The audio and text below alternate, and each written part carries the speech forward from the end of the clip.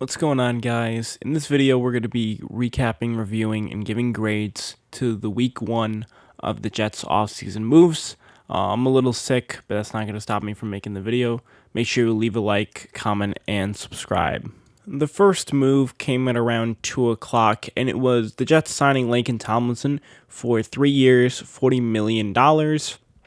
And now, Laken Tomlinson was a Pro Bowl left guard for the Niners last year, played under Robert Saleh when Robert Saleh was there as the DC, and as a Pro Bowl caliber player, this is a great move. The Jets needed to address right guard, and replacing Greg Van Roten, who was ass last year, with a Pro Bowl caliber player is a big upgrade. Now, they did pay quite a bit for him, being $13 million a year, but if you're gonna have to pay for Pro Bowlers, one tad bit is that he's started every single game from 2018 on, and he was a top 10 guard for PFF. I'm gonna give this move a A- just because you paid quite a bit for him. The Jets re-signed Braxton Barrios to a 2-year, $12 million deal, which I thought was actually pretty good because the fans were led on to believe that he was going to get paid a lot more than $6 million, and I thought that the Jets were going to sign him for that amount. Obviously, an all-pro returner, got a touchdown against the Jaguars, and in the absence of Elijah Moore and Corey Davis within the last couple of weeks of the season, he was probably the best Jets player during that span. All-pro returner, he had the fourth highest grade. He was the fourth highest graded receiver with an 88.1 in the last 4 weeks of the season. He had 4 touchdowns, 3 of them coming within the last 4 weeks as well. And I'm gonna give this move an A. I have nothing against it. I think we got a good deal getting for him back. One of Zach Wilson's favorite targets is back. Now, also to quickly go over who the Jets lost, we lost Marcus Maye of the Saints. Morgan Moses signed with the Ravens, and Foley Fotokasi went to the Jaguars. The Jets then signed CJ Uzama from the Bengals to a 3-year, $24 million deal. CJ Uzama, of course, being in the Super Bowl last year with the Bengals, they of course lost, but this move kind of shows that not only are the Jets addressing the tight end room, which we later do again with Tyler Conklin, but also we're getting like a big culture guys.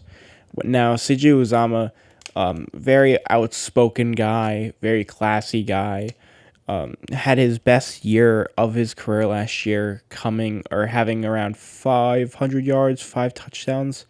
And the best way to describe this move is a culture move. Why the Jets, CJ? What led you here? I'm sure you had a lot of offers. What made you pick this one over whatever else you had? Yeah, I think, the coaches and the players. I think, getting to talk to, I talked to Michael Carter a little bit. I talked to the coaches, the coaching staff, LaFleur, and seeing kind of how he wants to run his offense. And man, honestly, it's a culture thing. I can see what the coaches are trying to do here. I can see the young players that we have that are eager, that are fighting their butt off week in and week out. And there's a lot of talent here. And I think, just a veteran presence to kind of help lead the way and kind of just narrow the focus a little bit is there's a few things, right? There's a few things that will help us, and we're going to blow the doors open. I think that's all it takes. So I was eager to get here and get in the ear of some of the guys and be able to talk to some of them and really just get after it. So yeah, that's really the reason. I feel like we have something special here that we're going to be able to achieve. Looking at his stats, of course, had the best year of his career with almost 500 yards and 5 touchdowns. I'm going to give this move a A- just because I like CJ Uzama a lot. He's for the culture, but he wasn't the first tight end on the board, but that's not saying that he's still not a good pickup. On day 2, the Jets went out and signed DJ Reed from the Seahawks to a 3-year, $33 million deal. Now, the best way to describe DJ Reed is underrated and also confident. if you see any of his interviews, he is he's very extremely confident in his abilities. He's really feisty for being only 5'9". He plays a lot bigger he plays a lot bigger than his size.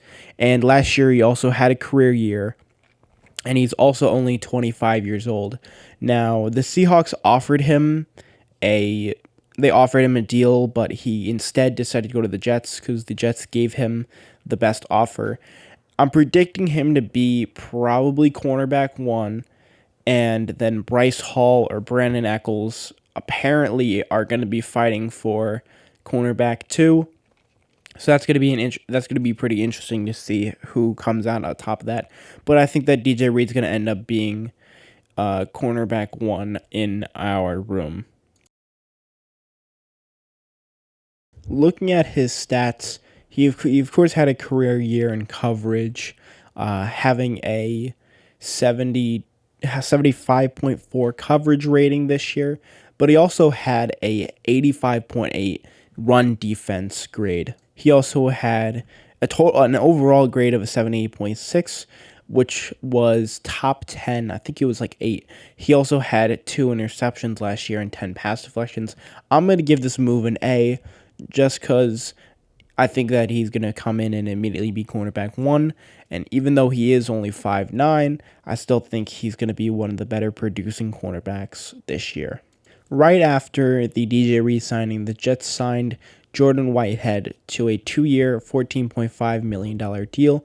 Of course, Jordan Whitehead was a Super Bowl champion with the Buccaneers, and this signing was kind of aligned with what the Jets have been doing this offseason. We've been more focusing on guys who have Super Bowl experience and also guys that are culture guys. That's probably been the main stake in our offseason. Jordan Whitehead, of course, being one of the anchors on that defense in the Super Bowl, on the Super Bowl team. His best game came against the Green Bay Packers, where he forced a fumble and got an interception, I'm pretty sure. Now, Jordan Whitehead is only 25 years old. He literally just turned 25, and he's kind of like, he plays a lot like Jamal Adams, but he's more versatile because he can play way better in coverage. But he's a similar player in the box, and he's still an excellent run defender and a tackler. Looking at his stats, of course, the run defense grade was the best out of all of them. He was 7 out of 64 with an 81.5 run defense grade with an overall grade of a 70.9. He had 2 interceptions last year, and he was a Super Bowl champ with the Buccaneers, of course. I'm going to give this move an A-, just because Jordan Whitehead wasn't the best on the market, but it was reported that the Jets really liked him a lot. So I'm going to give it an A-. The Jets then signed Tyler Conklin to a 3-year, $21 million deal.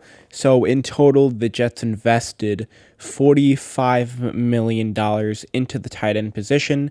Obviously, I'm a fan of this move because the Jets tried to run 12 personnel, and 12 personnel is having 2 tight ends on the field. And the Jets tried to run it in the beginning of the season, but we had guys like Tyler Croft, Ryan Griffin, Trevon Wesco. We didn't have really great tight ends to run that personnel, so we had to basically make them blocking tight ends, and they weren't that great either. Now, Tyler Conklin and CJ Uzama are not only good tight ends, like in space, they're good after the catch, they have secure hands, but also they're both great blocking tight ends, and they are also good in the run game.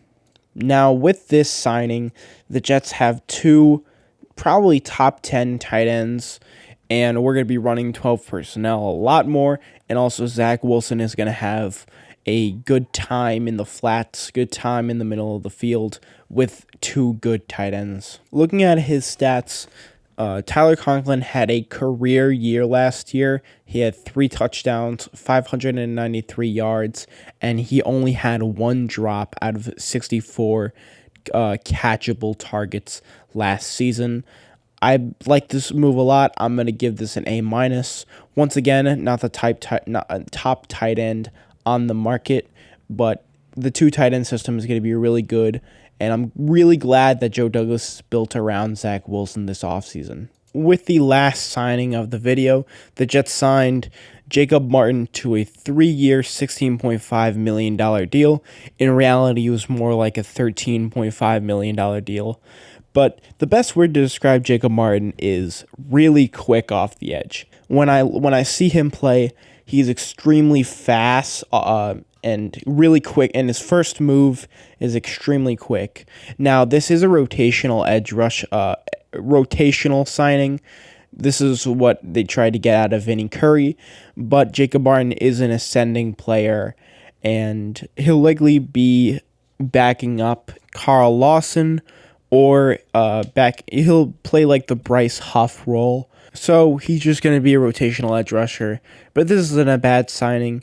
The contract is set up in a way where if it doesn't work out, you just cut him after 1 year.